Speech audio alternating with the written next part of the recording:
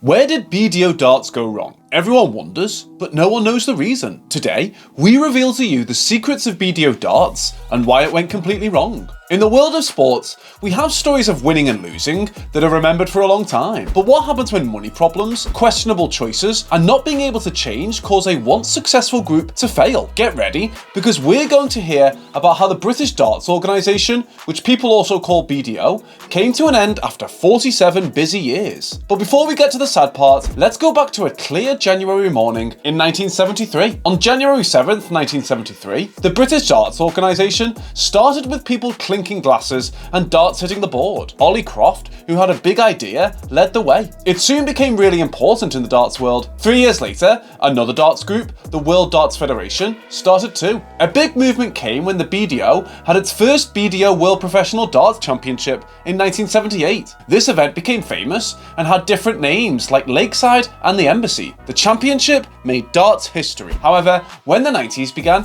things started to change. A group of 19 important players, who had all been world champions before, started to disagree. They created the World Darts Council, which later became the Professional Darts Corporation. The PDC had a plan: change how the sport makes money and make its tournaments even more important. In 1993, something really big happened in the world of darts. The last big world championship was played in the BDO place. John Lowe won the top prize without knowing that he would be the last big world champion. This caused a big separation between BDO and PDC, leading to two different world championships and two groups of darts players. In another country, the Netherlands, Raymond van Barneveld became really famous and made darts really popular. He won the big World Professional Darts Championship in 1997, 1998 and 1999, and this made a lot of people in the Netherlands excited about darts. People in the Netherlands watched BDO darts on TV, but this couldn't stop the problems that were coming. People were not happy in BDO. BDO was offering less prize money, which made players leave BDO and go to PDC instead. This made BDO's future look bad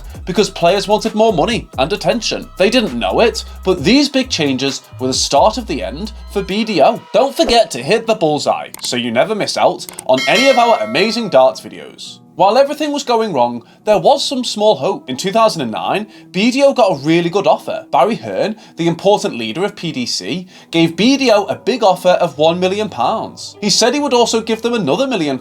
This seemed like a way for BDO to get better, but like a sad part in a story by Shakespeare, Ollie Croft, the person who started BDO, said no to the offer. People who loved darts watched and waited, but the choice was made, and they would later wish they had taken the offer. The year 2011 came with a feeling of big changes. Before the yearly gathering of BDO members, a group of unhappy people started speaking up more. Players, officials and workers all shared their unhappiness with how things were going, especially with the actions of the people on the board. The start of this loud complaint was about how TV tournaments were managed and finding new sponsors. The unhappiness grew into a big change, a vote where almost all the board members were removed, even the founder, Ollie Croft. The strong base of the organisation was shaken.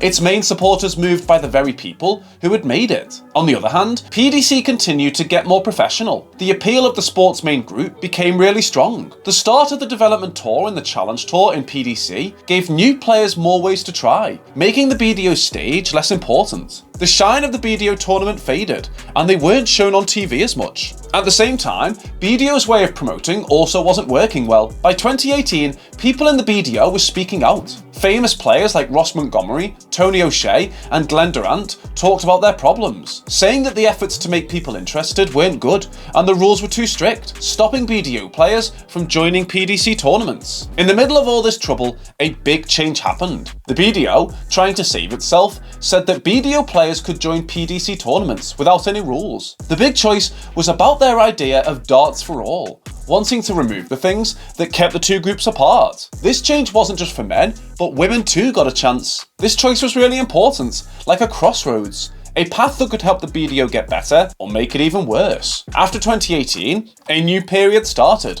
but it had many problems. The organisation that used to be popular had trouble getting TV rights, finding places for tournaments, and getting sponsors. In 2019, there were doubts about the future of the BDO World Trophy. Luckily, a place for the tournament was found just in time, but the happiness didn't last long. Many important people like Richard Ashdown and 4 referees left their positions, making the BDO even weaker. The World Masters tournament was almost boycotted because of problems with how it was organised. The tournament's fairness was questioned because of a strange draw that had fake names and missed qualified players. People criticised the BDO a lot. Even someone who used to play in the World Finals, Andy Hamilton, expressed his unhappiness on Twitter. Then, on December 1st, 2019, the World Darts Federation stopped working with the BDO. This happened because of the issues during the 2019 World Masters. The Federation didn't want to be connected with the BDO anymore, which was really bad for the struggling BDO. The BDO's money situation got worse. People didn't know how the prize money for the 2020 BDO World Championship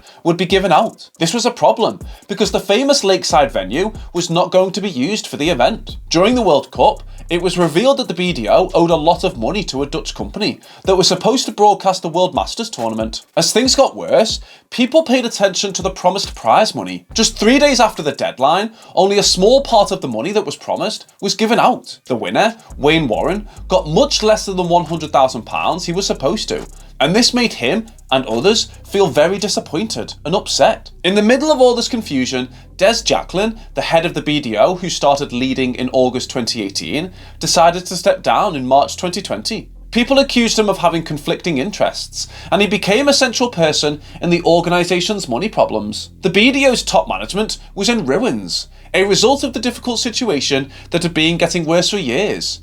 Unexpectedly, in April 2020, Des Jacklin returned as the BDO's leader. People in the darting community hoped that he could guide the BDO through the challenges of the coronavirus pandemic. But it seemed that even a leader who was once admired couldn't fix the serious problems that had damaged the organisation's base. By June 2020, the business side of the BDO was facing a huge debt of £468,000. A few days later, the unavoidable happened. British Darts Organisation Enterprises Limited was officially declared bankrupt. This meant that BDO tournaments on TV were over. The special events that were once shown on TV, the BDO World Trophy, the World Masters, and the BDO World Championship disappeared, creating a gap that could never be filled. As the organisation's control weakened, the counties began looking for something else. The United Kingdom Darts Association and Tri-Nations became new options. It was clear that the BDO's main role was now only overseeing local darts.